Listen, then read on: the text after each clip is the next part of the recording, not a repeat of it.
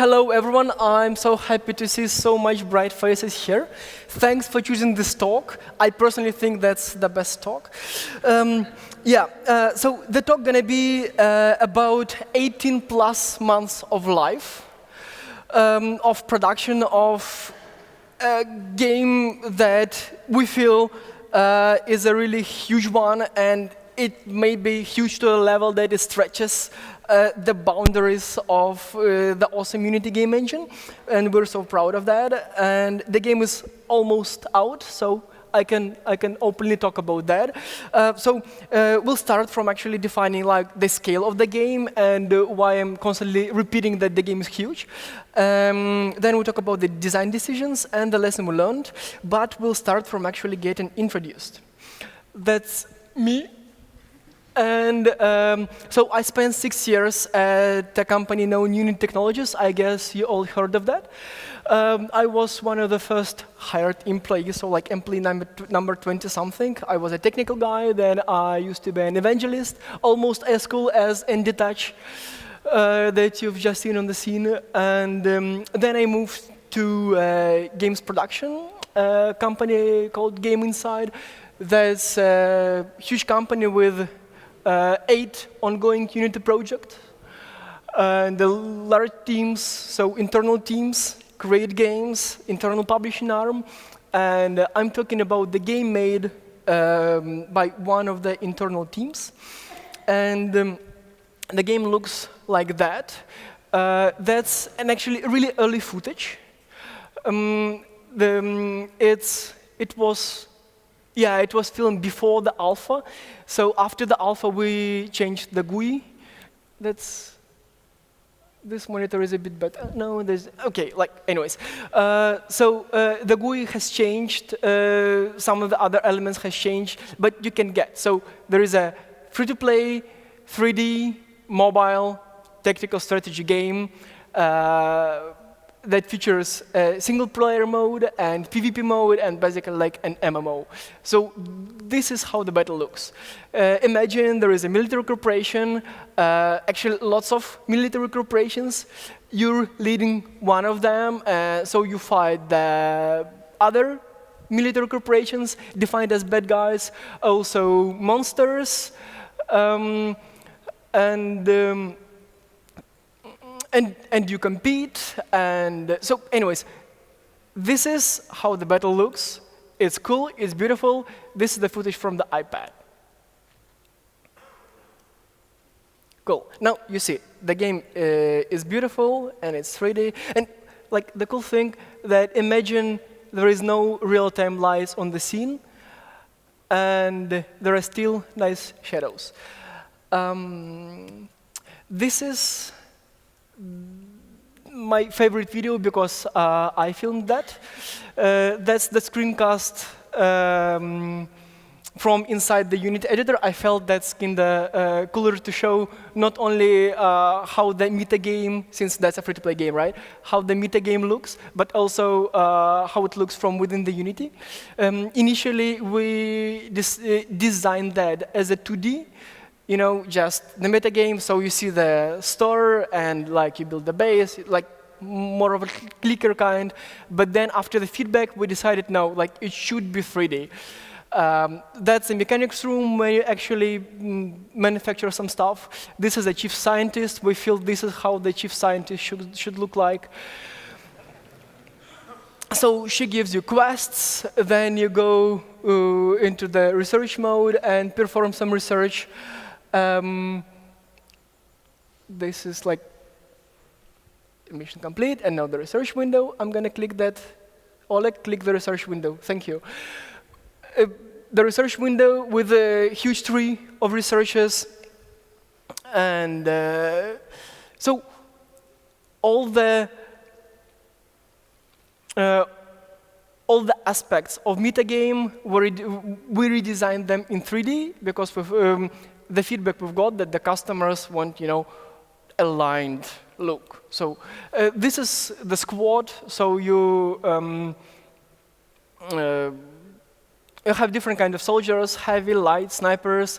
They level up in the game. You stuff them with the weapons, and And the cool thing is that, like in normal strategy game, what do you do? What's the most often button that you click? Not the shooting button, but the save button. Because strategy, you want the perfect strategy. Here, as a free-to-play mobile game, we decided that if you die, you die. There is no save button.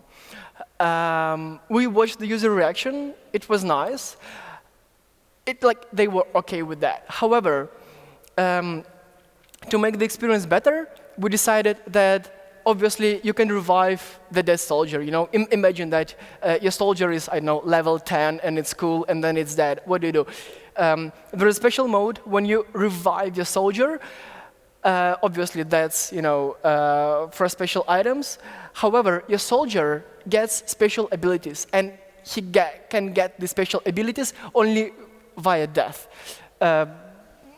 So again, the reaction was nice to that. That's different. OK, I cannot save, but I can always revive my soldier, and I'm going to get the bonus for that. This is the base building stage, which is kind of important for free-to-play, right? So obviously, you build different parts of the base for where scientists do the cool things, then when you manufacture stuff like armories and all kinds of that. We also designed cutscene editor on the top, on Aperture editor plugin that you can find in the SS store. And this is how it looks in the game.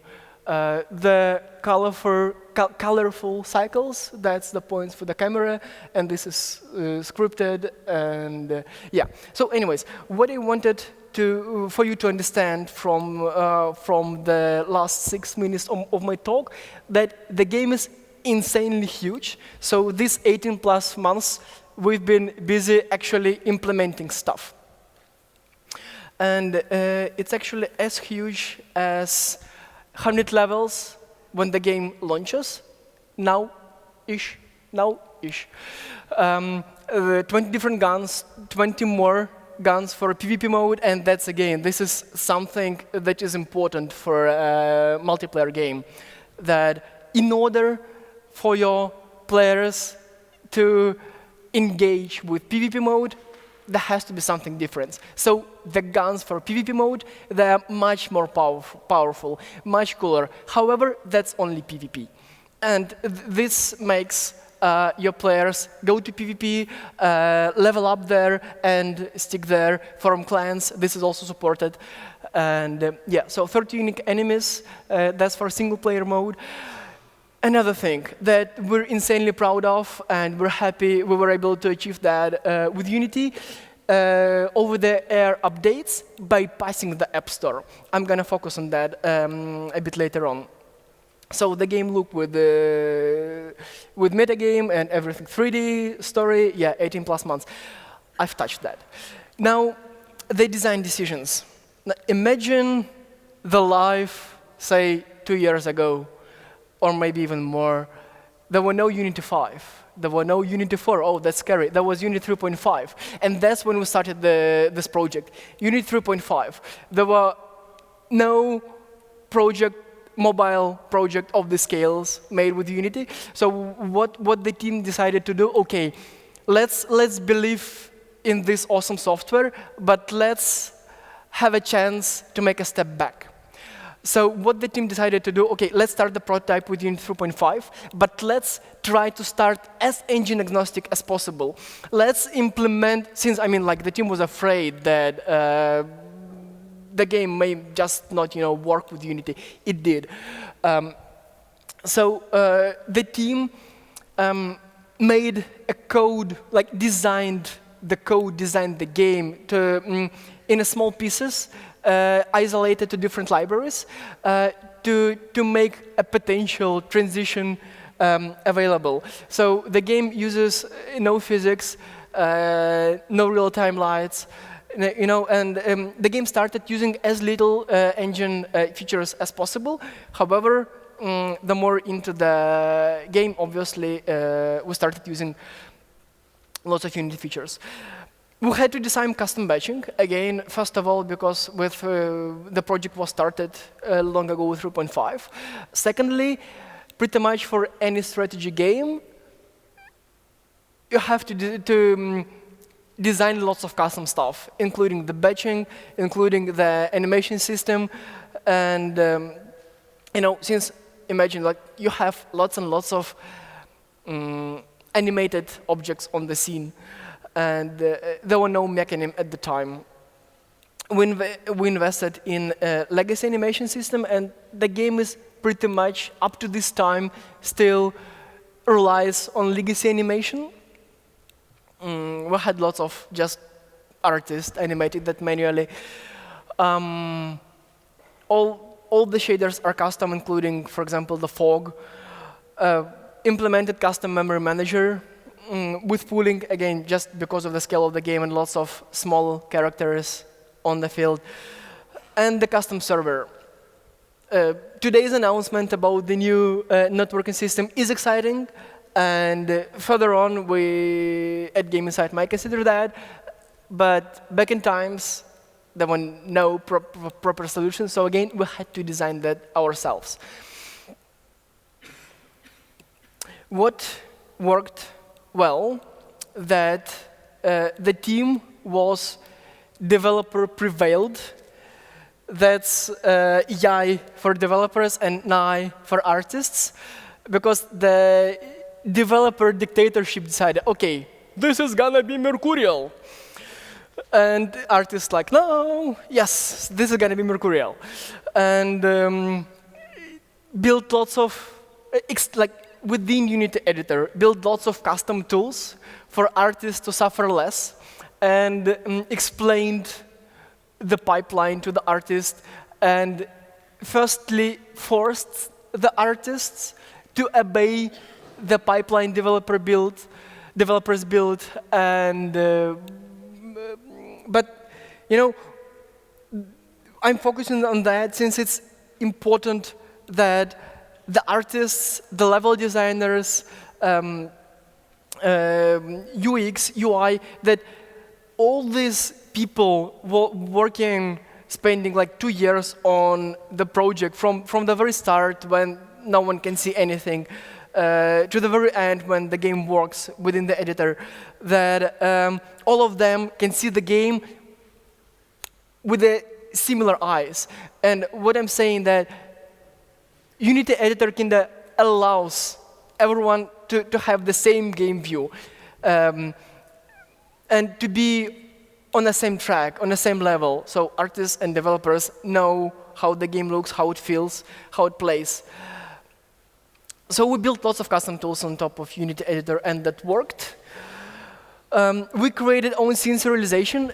This is important since for larger teams, it may be hard to collaborate on a single scenes. Yes, they merge, and this is cool. However, when the project is very large, it's still like multiple artists wanna work, I don't know, on the same tree, on the same character, on the same parts of the scene.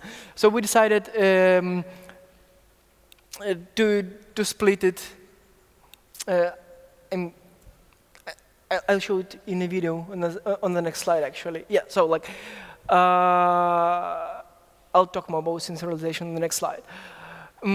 What we also designed, the next server, our own server, we designed it pretty much on the raw sockets using web request, and we enjoyed some endeavor when we had to switch to IL2CPP.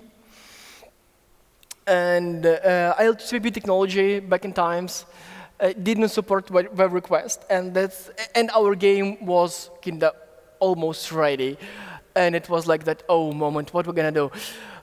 What we did, we worked with Unity developers, and huge thanks to them. I'm proud to say that at this conference, that we worked together and they were really supportive to actually up prioritize web requests to work with IL2CPP.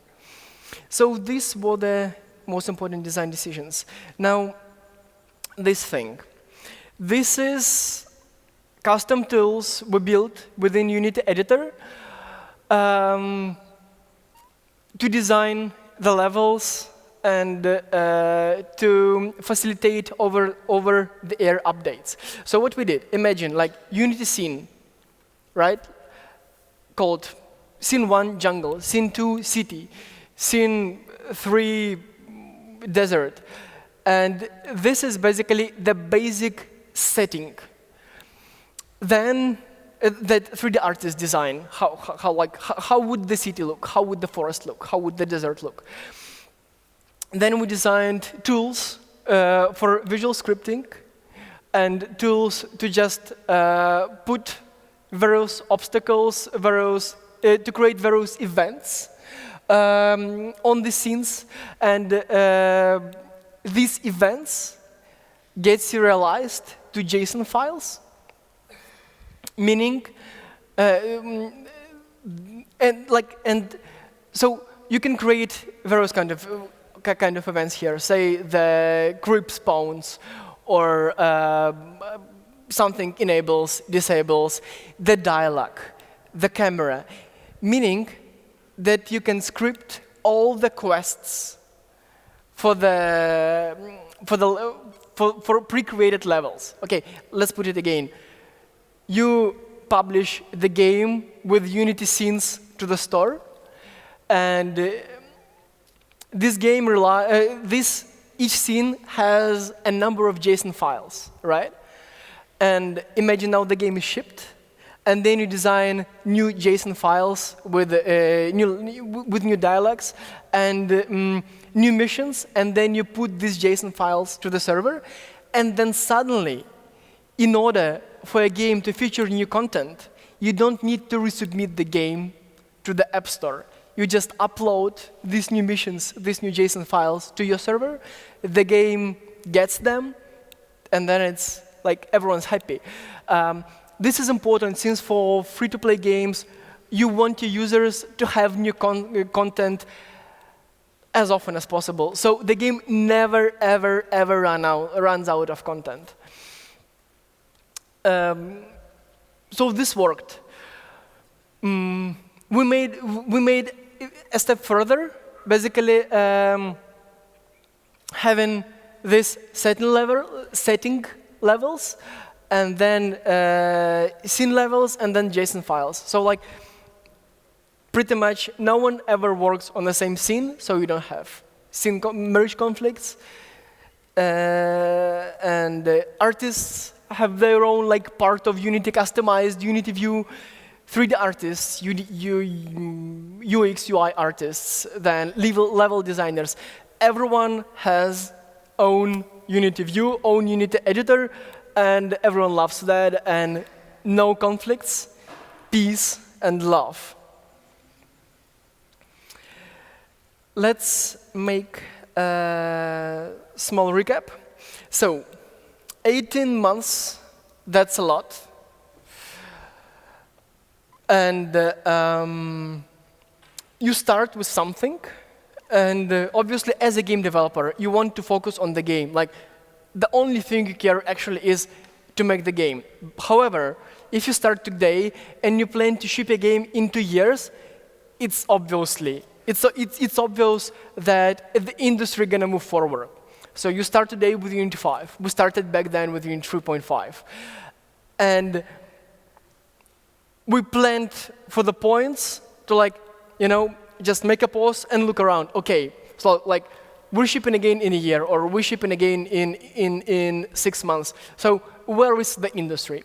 What we're gonna do? Do we have to upgrade some of our technology stack? Are we gonna be successful if we leave it as is and again focus on the game, and then still gonna plan for shipping in 6 months? So the truth is that whatever you plan, you can have as talented team, the most talented team on the planet. Still, the industry moves forward and it moves fast, and there are going to be unexpected decisions. For example, we started with Scaleform. Some old enough with a beard of you may remember that Scaleform used to be a really cool GUI system back in Unity 3.5 times. There were no Unity GUI. There were no other cool editors, and GUI, I think, wasn't that advanced at the time. So the team had chosen Scaleform. Yeah, it's cool, dynamic. You can hire cheap Flash artists and make the GUI. However, at a certain point, Scaleform support for Unity became much worse.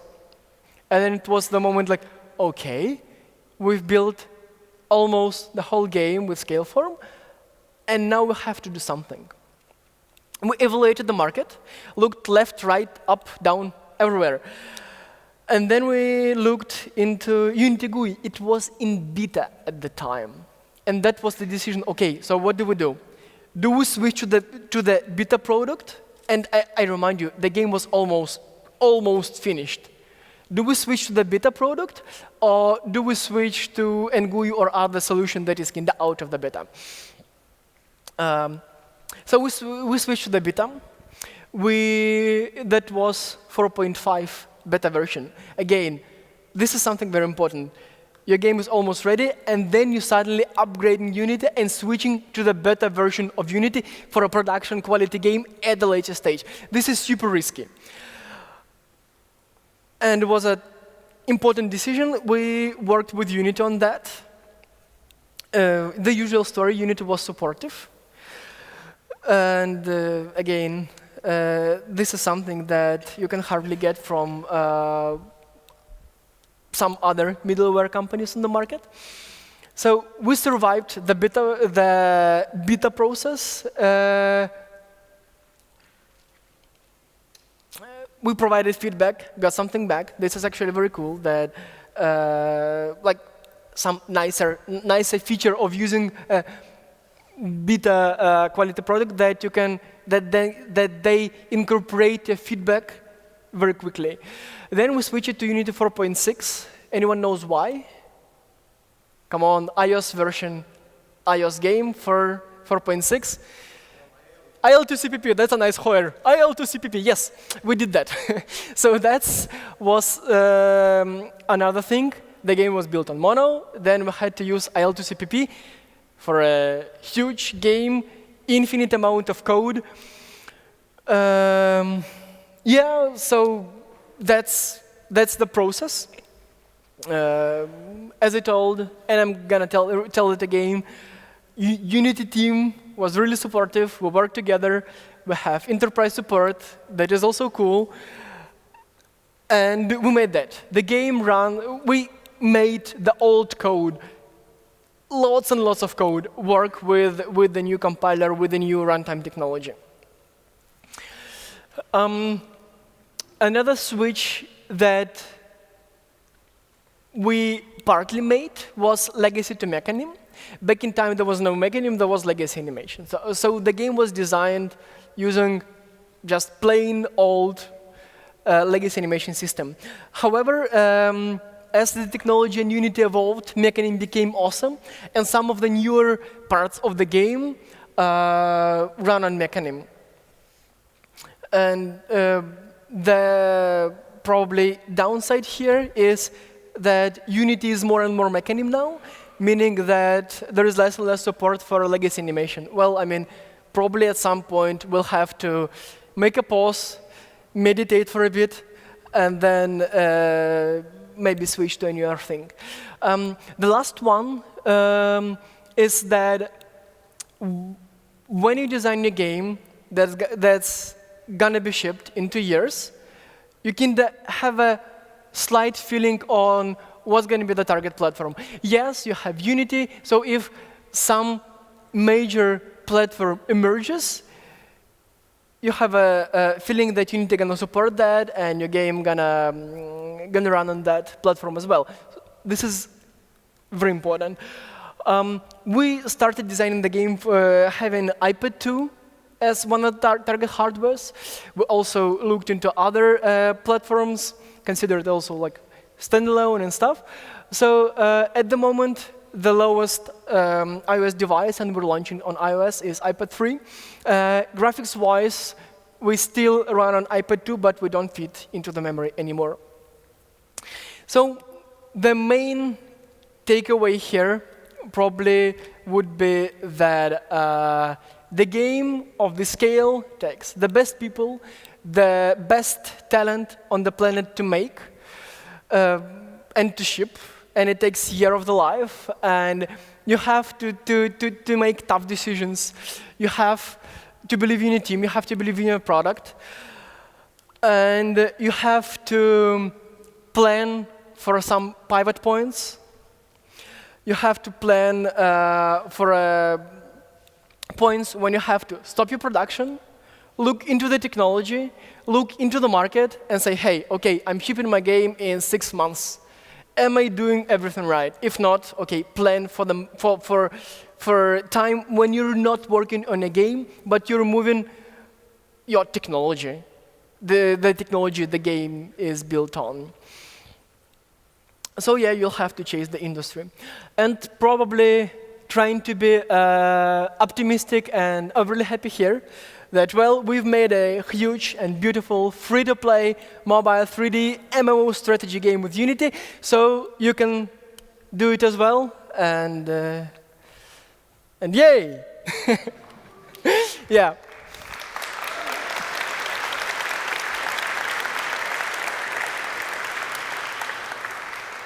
This is the chief scientist, so you can ask her or me questions, depending on the preference. I think we still have time for 1 or 2, right? 2 minutes. Who is the fastest here with a question? You're fastest? Hello. Just wanted to ask you, did that long development time just due to technology stack and scope of the game, or your game design was also changed during the time? Yes, we did a few points when we released the game to closed groups of volunteers, and we had to actually pivot game design as well. So I mentioned the UI a few times. So we recreated lobby from 2D to 3D. We recreated the GUI just recently, just because the alpha group wasn't happy. And the game of this scale and of this budget has to be loved by users from the start, since when you launch it, it's much more expensive to change stuff. You want to change stuff as early as possible, even if it means changing stuff at later stages.